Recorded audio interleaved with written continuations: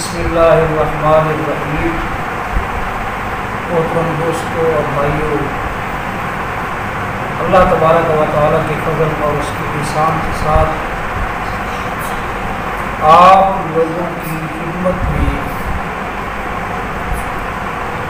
ایک نہایت ہی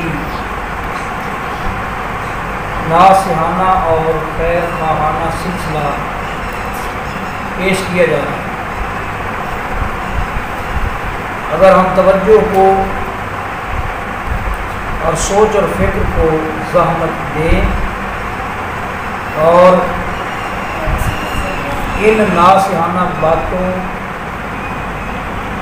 کو ذخیرہ بنانے کے حوالے سے متحرک ہوں، کوشش کریں تو بہت سا ایسا ذخیرہ یا مواد ہمارے ہاتھ میں آ سکتا ہے جو کہ ہماری یہ جو ڈاما ڈول کشتی ہے عمل مضمار عمل میں اور جولان گاہ دنیا کے اندر یہ جو ہم تھپیڑے کھا رہے ہیں، ہم ان تھپیڑوں سے نجات پا سکتے ہیں اور اپنا رخ صحیح سمت متعین کر سکتے ہیں۔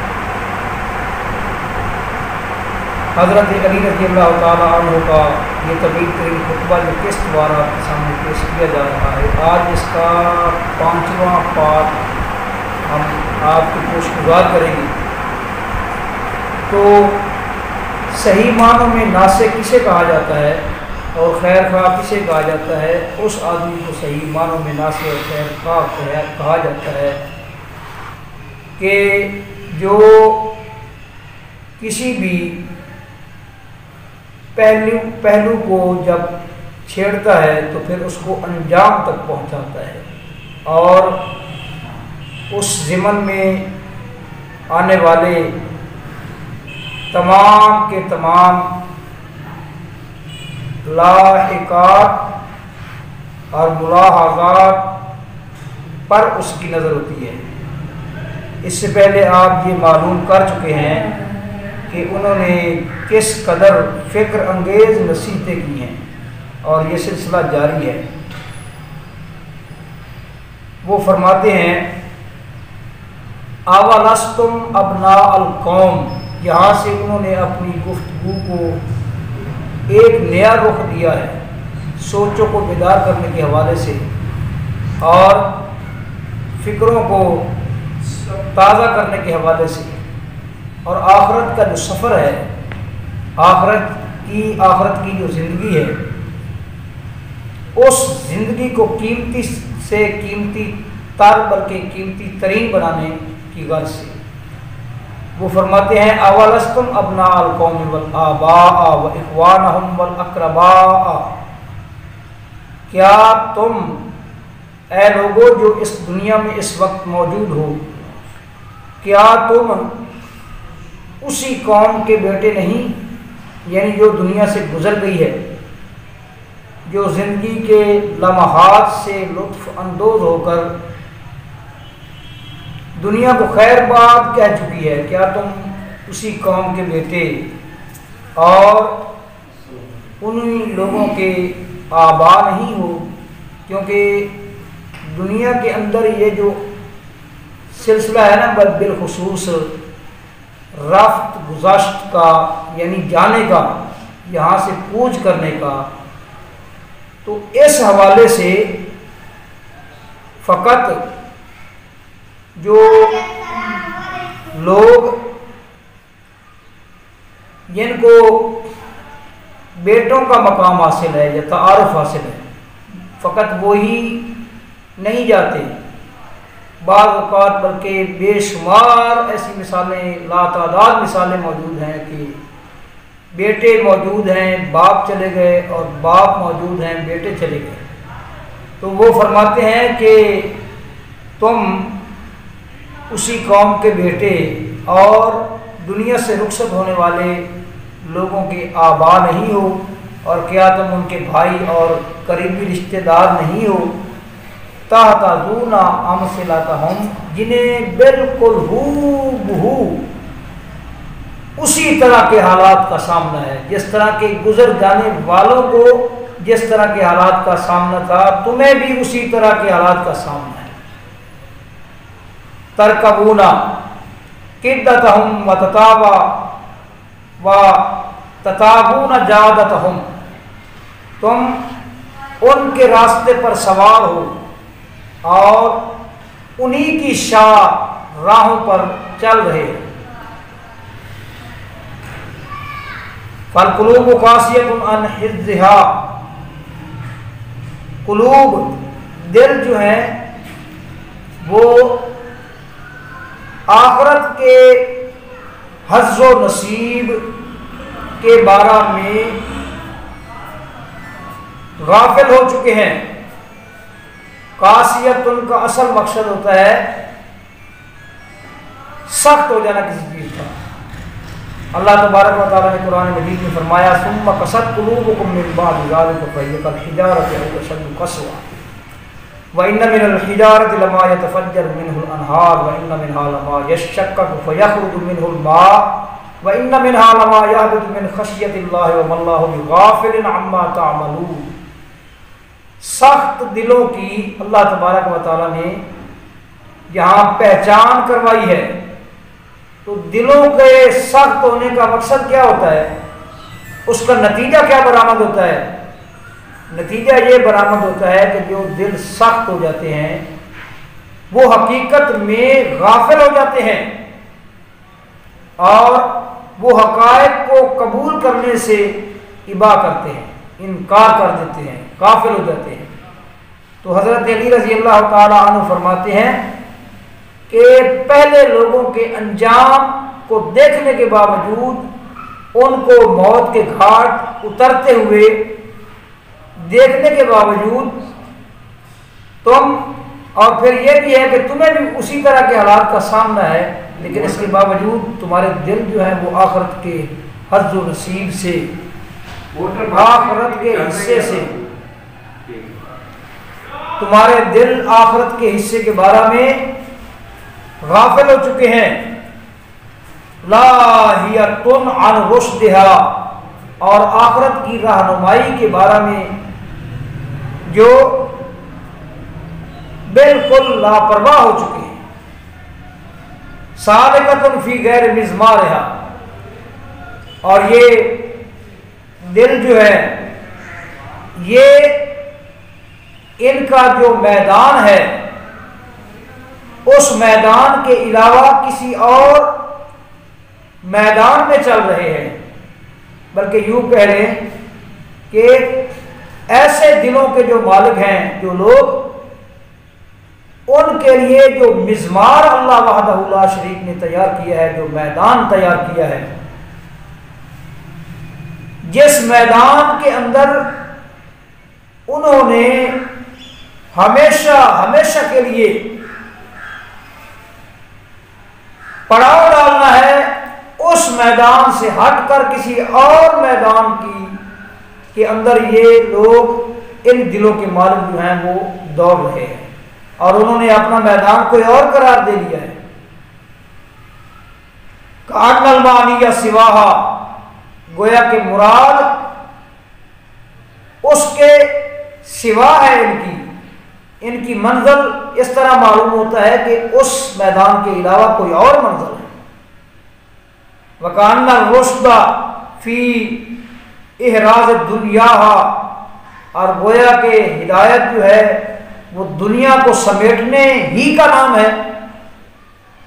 ہدایت دنیا کو سمیٹنے ہی کا نام ہے۔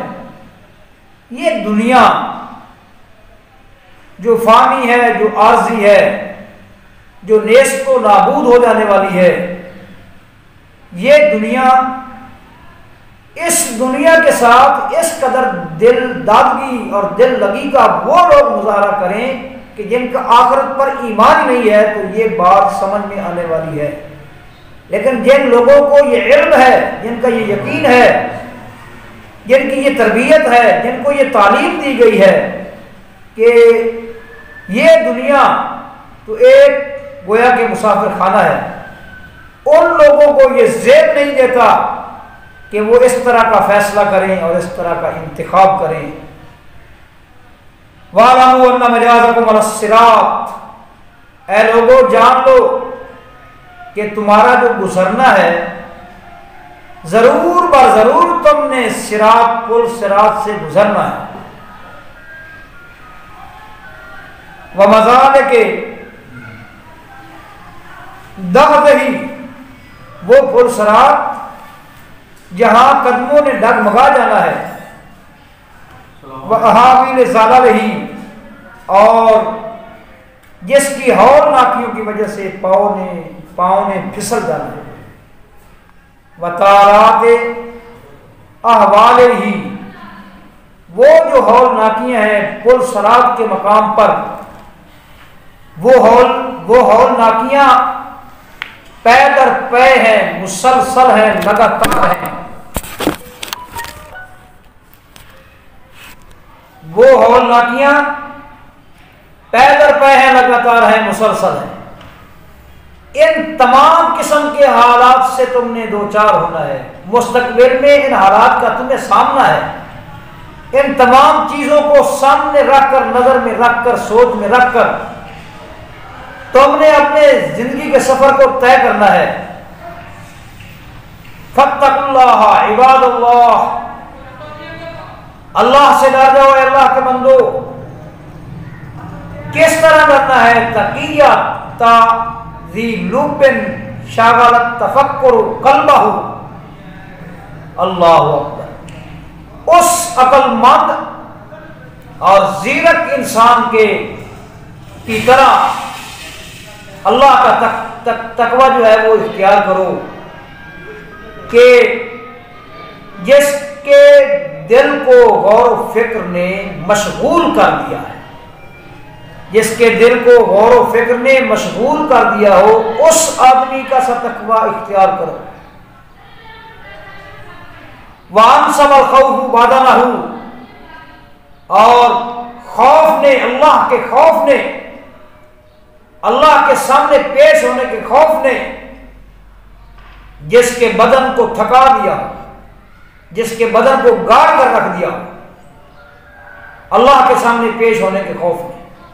اللہ نے فرمایا وَلِمَنْ خَافَ مَقَامَ رَبِّهِ جَنَّتَانِ، جو اللہ تبارک و تعالیٰ سے ڈر گیا اس کے لیے ایک کی بجائے دو جنتیں ہیں۔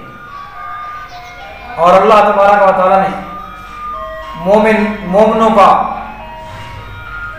احوال بیان کرتے ہوئے فرمایا تتجافی جنوبہم عن المضاجع خوفا وطمعا، خوف اور طمع، خوف جہنم کا ہے اور طمع جنت کا ہے۔ اس طمع نے ان کے پہلوؤں کو بستروں سے الگ کر رکھا ہے۔ اسی مفہوم کو حضرت علی رضی اللہ تعالی عنہ اپنے الفاظ میں ادا فرماتے ہیں۔ ایسا آدمی کہ خوف نے جس کے بدن کو تھکا دیا ہو، اللہ کی عبادتوں کو اختیار کرتے ہوئے اس کے بدن کو اللہ کے خوف نے تھکا دیا، وَأَسْهَرَ التَّهَجُّدُ غِرَارَ نَوْمِهِ، اور قیام اللیل، نماز تہجد، شب بیداری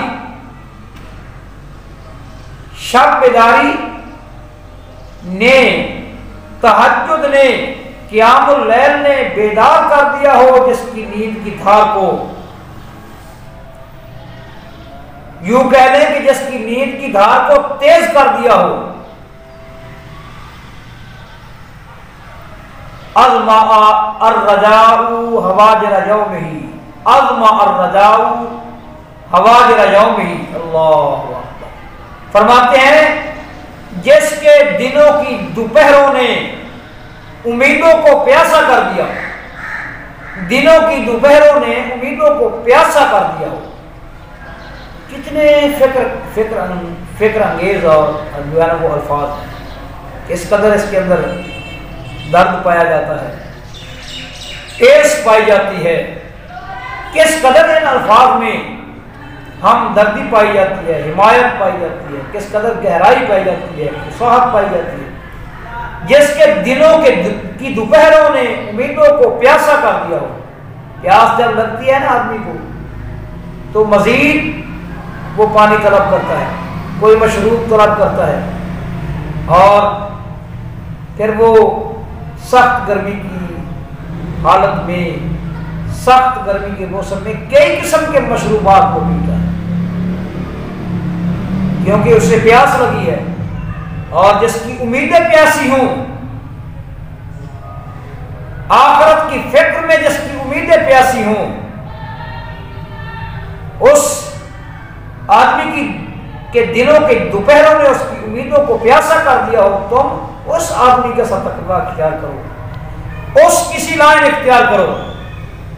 وَزَالَفَ الزُّهْدُ الشَّهْوَاتِ ہی، اور زہد نے، دنیا سے بے رغبتی نے، بے نیازی نے اس کی شہوات، اس کی خواہشات کو بریک لگا دی ہو، روک دیا ہو، جام کر دیا ہو، اس آدمی کی طرح تقویٰ اختیار کرو. یعنی مقصد یہ ہے ان کی بات کرنے کا کہ یہ اپنے آپ کو سرخ رو کرنے کا جو منہج، جو مشن اور جو راستہ ہے، اس راستے کو روشن بنانے کے لیے کئی قسم کی کوششیں کرنی پڑے گی، کوشش در کوشش میں مصروف ہونا پڑے گا. وَأَرْجَفَ الذِّكْرُ بِلِسَانِهِ، اور اللہ کا ذکر جس کی زبان کو تھر تھراہٹ میں مبتلا کیے رکھتا ہے، اللہ کا ذکر جس کی زبان کو لرزے میں مبتلا رکھتا ہے، اللہ کا ذکر جس کی زبان پر تحرک جاری رکھتا ہے، اس کی زبان اللہ کے ذکر میں حرکت کنا رہتی ہے، اس آدمی کا تقویٰ اختیار کرے.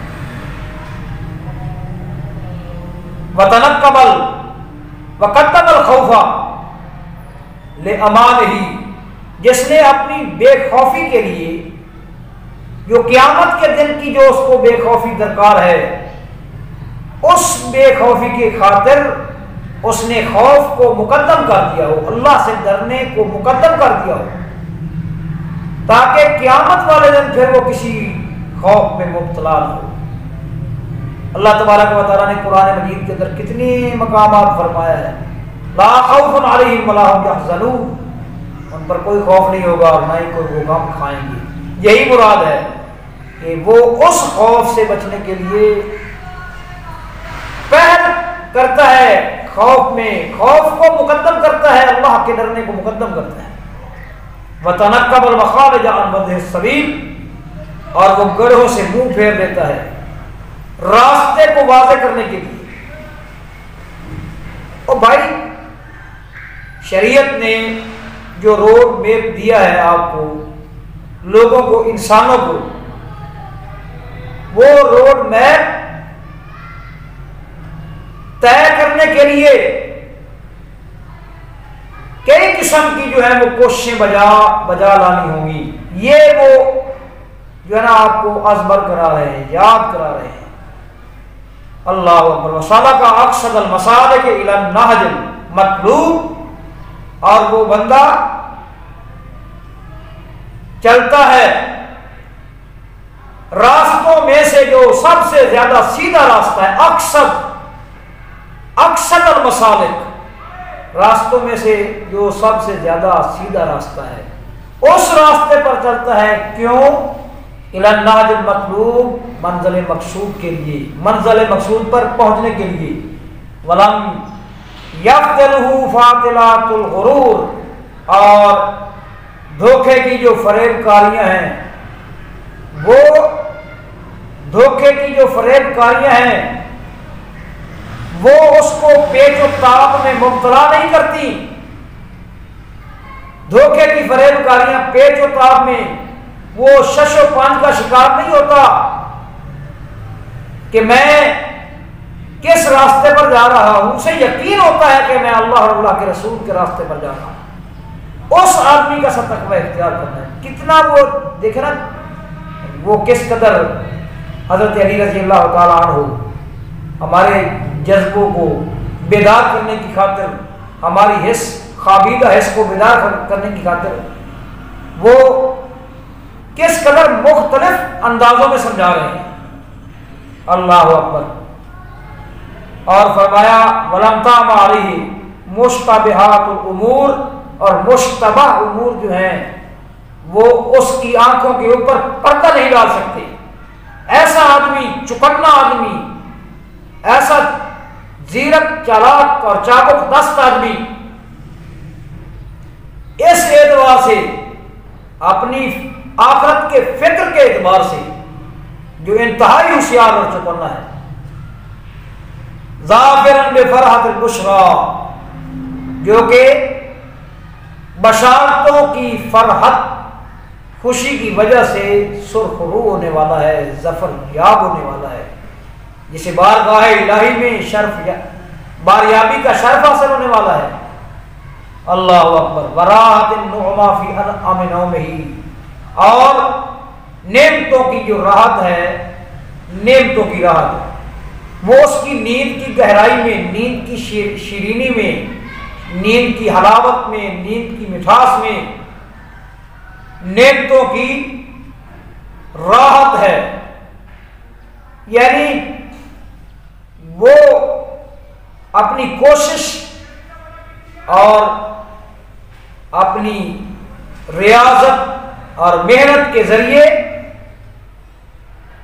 جب وہ ان تمام احتیاطوں کو بروئے کار لا کر، بجا لا کر، وہ ان تمام اوصاف کو اختیار کر کے اللہ اور اللہ کے رسول صلی اللہ تعالی علیہ وسلم کے احکام کی، ان کے حکموں کی پاسداری کرتے ہوئے جب پھر وہ رات کو بستر کی طرف جاتا ہے نا، تو میٹھی نیند سوتا ہے، وہ اللہ تبارک و تعالیٰ اس کے دل میں اطمینان ڈال دیتا ہے کہ آج کے روز، آج کے دن اس اعتبار سے جو تجھے تیری ضرورت تھی، جو کچھ تجھے درکار تھا، وہ تجھے مل گیا ہے۔ اللہ اکبر۔ وَآمِنَ یَوْمِهِ، اور وہ اپنے اس دن بے خوف ہو جاتا ہے۔ قد عبر معبر العاجلۃ حمیدہ۔ اللہ اکبر۔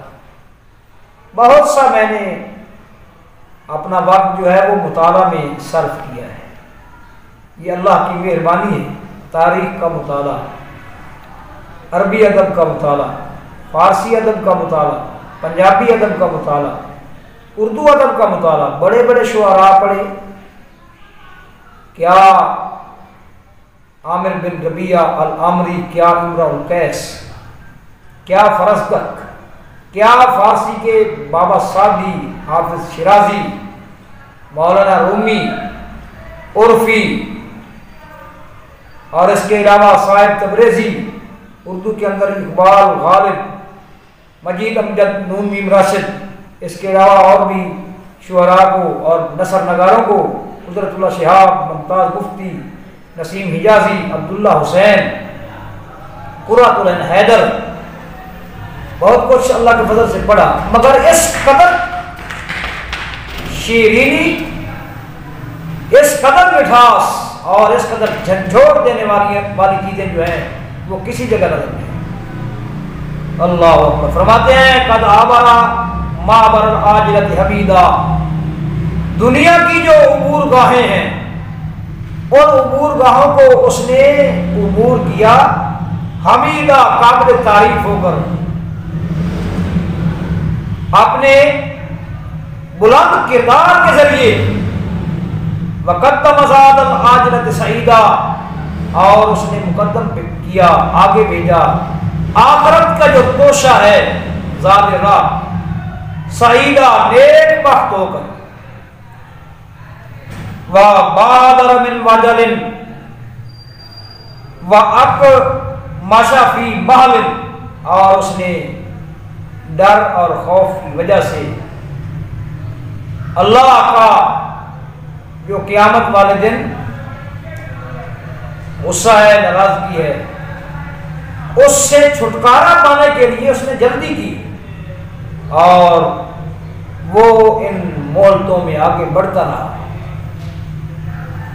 وَالرَّاغِبَ فِي طلب کے اندر اس نے اپنی رغبت کو مرکوز رکھا۔ وَذَهَبَ عَنْ هَرَبٍ اور جہاں خطرہ محسوس کیا عصیان نافرمانی کا وہاں سے بھاگ اٹھا۔ وَرَاغَبَ فِي يَوْمِهِ غَدَهُ آج کے دن اس نے اپنی کل کی جو روحانی غذا ہے اس کا اہتمام کیا۔ اس آدمی کی طرح تم نے تقوی اختیار کرنا ہے۔ وَنَظَرَ قَدَمًا أَمَامَهُ اور اس نے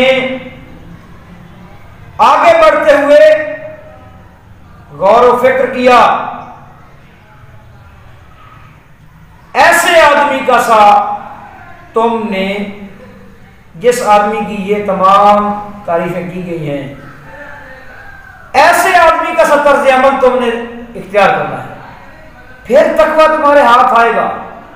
اللہ اکبر۔ کہتے ہیں فَكَفَى بِالْجَنَّةِ ثَوَابًا وَنَوَالًا، جنت جو ہے یہ بخشش اور بدلے کے اعتبار سے کافی ہے۔ وَكَفَى بِالنَّارِ عِقَابًا وَوَبَالًا اور سزا کے طور پر آگ اور سزا اور وبا کے طور پر جہنم کافی ہے۔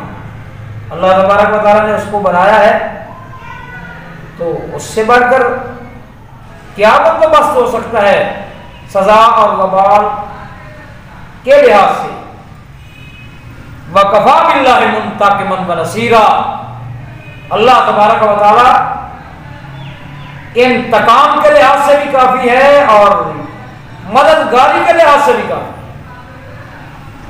جب وہ کسی سے انتقام لینا چاہتا ہے، ارادہ کرتا ہے انتقام لینے کا، تو پھر اس سے بڑھ کر تو کسی کی جو سزا جرم کی سزا ہے وہ اس سے بڑھ کر کوئی نہیں دے سکتا، اور جب کسی کی اس نے مدد کرنی ہو، امداد کرنی ہو، تو اس سے بڑھ کر مدد بھی کوئی نہیں دے سکتا۔ وَكَفَى بِالْكِتَابِ حَجِيجًا وَخَصِيمًا اور حجت اور سند کے لحاظ سے اللہ کی کتاب جو ہے وہ کافی ہے۔ کچھ سمجھے ہیں آپ؟ انہوں نے اپنی گفتگو کہاں سے شروع کی؟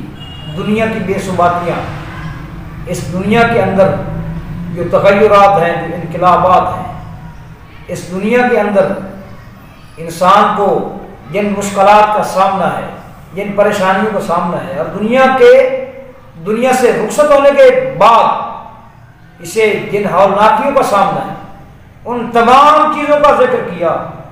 پھر آخر میں وہ جنت کا ذکر لے کر آئے، جہنم کا لے کر آئے، اللہ وحدہ لا شریک کا جو اللہ تبارک و تعالیٰ کا اختیار ہے، اور اس کی جو ہمت ہے اور جو قوت ہے اور طاقت ہے اس کا ذکر کیا، اور پھر کتاب اللہ کا ذکر کیا۔ یعنی ان کے نزدیک جس طرح اللہ وحدہ لا شریک کی ذات اور وجود میں کوئی شک نہیں،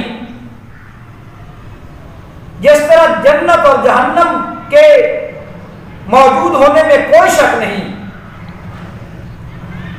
اسی طرح اللہ وحدہ لا شریک کی جو کتاب ہے، جو قرآن مجید ہے، اس کے سند اور حجت ہونے میں کوئی شک نہیں ہے۔ یہ کون لوگ ہوتے ہیں جو اللہ کی کتاب پر انگشت اعتراض کرتے ہیں؟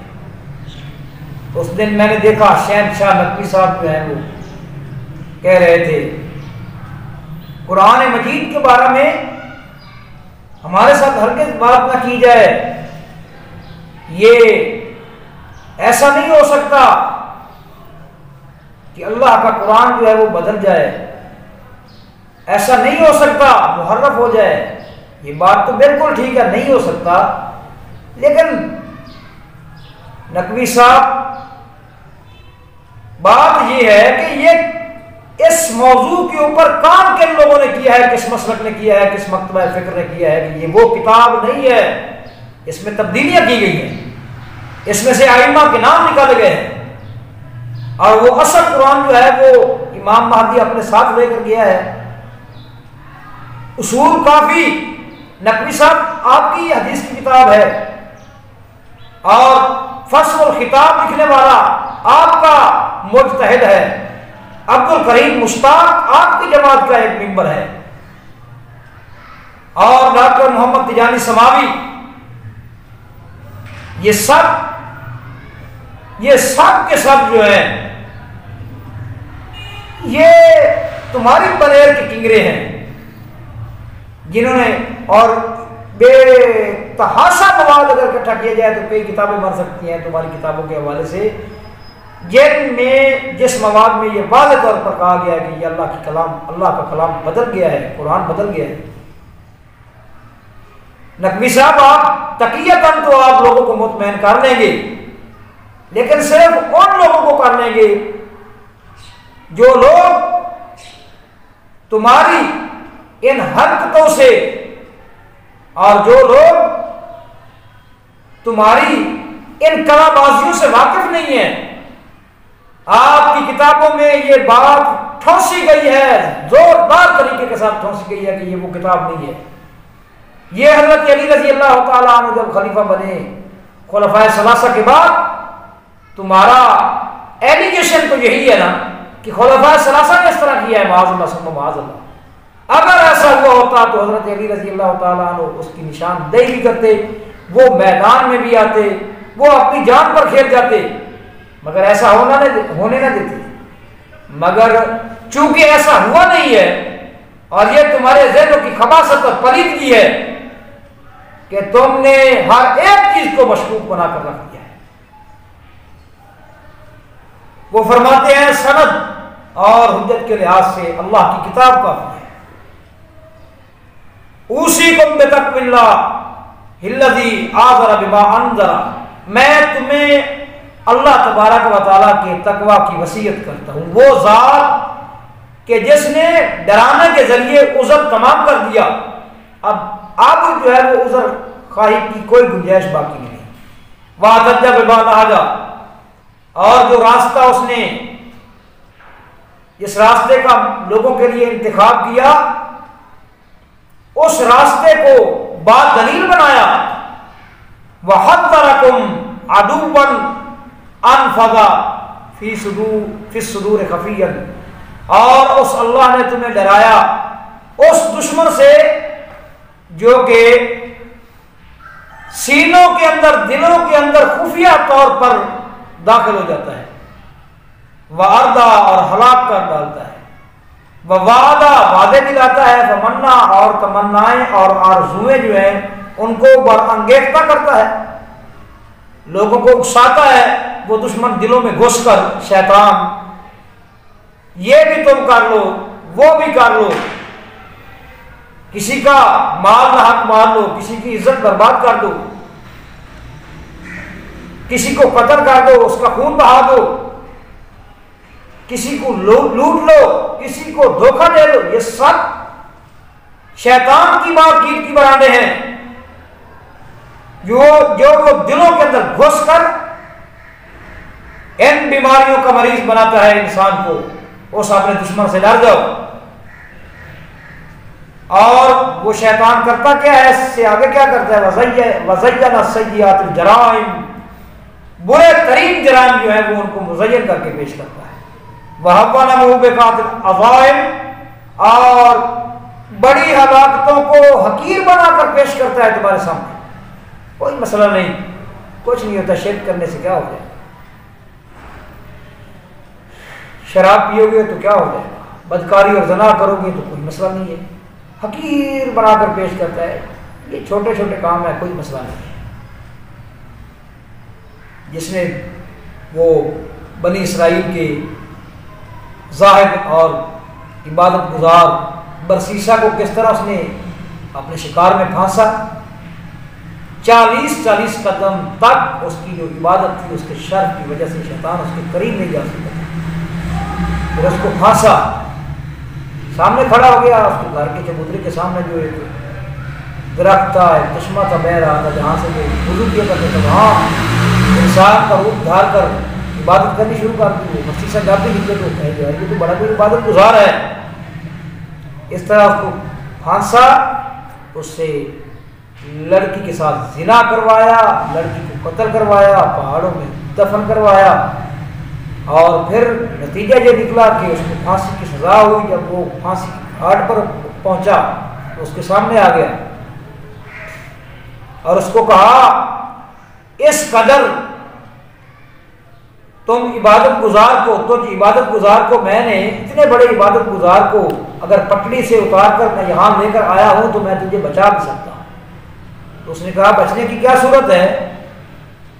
کہا مجھے سجدہ کرو، اس سے اپنے آپ کو سجدہ کروایا، اور جب اس نے سجدہ کر لیا تو اس کو کہا کہ میں یہی تو کرنا چاہتا تھا، پہلے تم نے جتنے اقدامات کیے تھے، جتنے گناہ کیے تھے، تیرے بالآخر تیرے بچ جانے کا امکان موجود تھا، اب میں نے تجھ سے وہ کام کروایا ہے کہ کبھی کسی قیمت پر آپ کو نجات نہیں پا سکتا۔ یہ ہے تمہارا دشمن، بڑے بڑے گناہوں کو حقیر بنا کر پیش کرتا ہے، حتیٰ اذا استدرج قرینتہ حتیٰ کہ جب اس کی سوچ میں اپنے سینگ کو گھسا دیتا ہے، واستغلق رہینتہ، اور اس کے شکنجے کو جو گلے میں توق ڈالتا ہے اس کو کس لیتا ہے، تو پھر کیا کرتا ہے؟ انکر ما زینا، جو کچھ اس کے سامنے مزین بنا کر پیش کیا تھا اس کو برا کہنے لگتا ہے، اور واستعظم ما حونا، اور جس کو حقیر بنا کر پیش کیا تھا اس کو بڑا کہنے لگتا ہے۔ اپنی مجلس میں جا کر پھر وہ شیخیاں بگاڑتا ہے کہ میں نے اس سے یہ بڑا کام کروایا، یہ بڑا گناہ کروایا، حالانکہ اس کے دل میں اور اس کی سوچ میں اور اس کے ذہن میں ان تمام چیزوں کو چھوٹا بنا کر پیش کر رہا۔ کیسا یہ دشمن ہے، کتنا خطرناک دشمن ہے۔ امام قرطبی نے لکھا تفسیر قرطبی میں کہ ایک مرتبہ فرعون کے دروازے، گھر کا دروازہ رات کے وقت کھٹکا، آدھی رات کے وقت، تو فرعون نے کہا کون؟ یہ شیطان نہیں تھا جس نے اس سے دعویٰ کروایا تھا؟ کون ہو تم؟ تو جواب کیا آیا؟ تم خدا بنے پھرتے ہو، تمہیں یہ پتہ نہیں ہے کہ دروازے کے باہر کون کھڑا ہوا ہے۔ اس طرح تو یہ انسان کو اس طرح برباد کرتا ہے۔ وَحَذَّرَ مَا أَمَّنَا، اور جن چیزوں کے بارے میں بے خوف کیا کرتا تھا انسان کو، اب ان چیزوں کو جو ہے وہ بچنے کی چیزیں قرار دیتا ہے اور کہتا ہے کہ یہ چیزیں تو واقعی بچنے کی تھی، ان سے بچنا چاہیے تھا، مگر میں نے انسان کو اپنی بغل میں لیا اور پھر میں نے اس کو پوری طرح برباد کر کے رکھ دیا ہے۔ اے لوگو، ان تمام چیزوں کو، ان نصائح کو ذہنوں میں لاؤ، انہیں مشعل راہ بناؤ، اور ان کے ذریعے اس سے پہلے قرآن اور حدیث، یہ مصادر و مصادیق اللہ تبارک و تعالیٰ نے جو ہمیں عطا کیے ہیں، عنایت کیے ہیں، اس نے بخشے ہیں، یہ انہی کی ترجمانی ہے۔ قرآن اور حدیث پر توجہ دو، اور جو ترجمان ہیں قرآن اور حدیث کے، ان کے افکار پر توجہ دو، اور ان چیزوں کے اوپر توجہ دو، تو انشاءاللہ العزیز ہم سب کا بیڑا جو ہے وہ پار ہو جائے گا۔ اس خطبے کا چھٹا جزء انشاءاللہ العزیز کل پیش کریں۔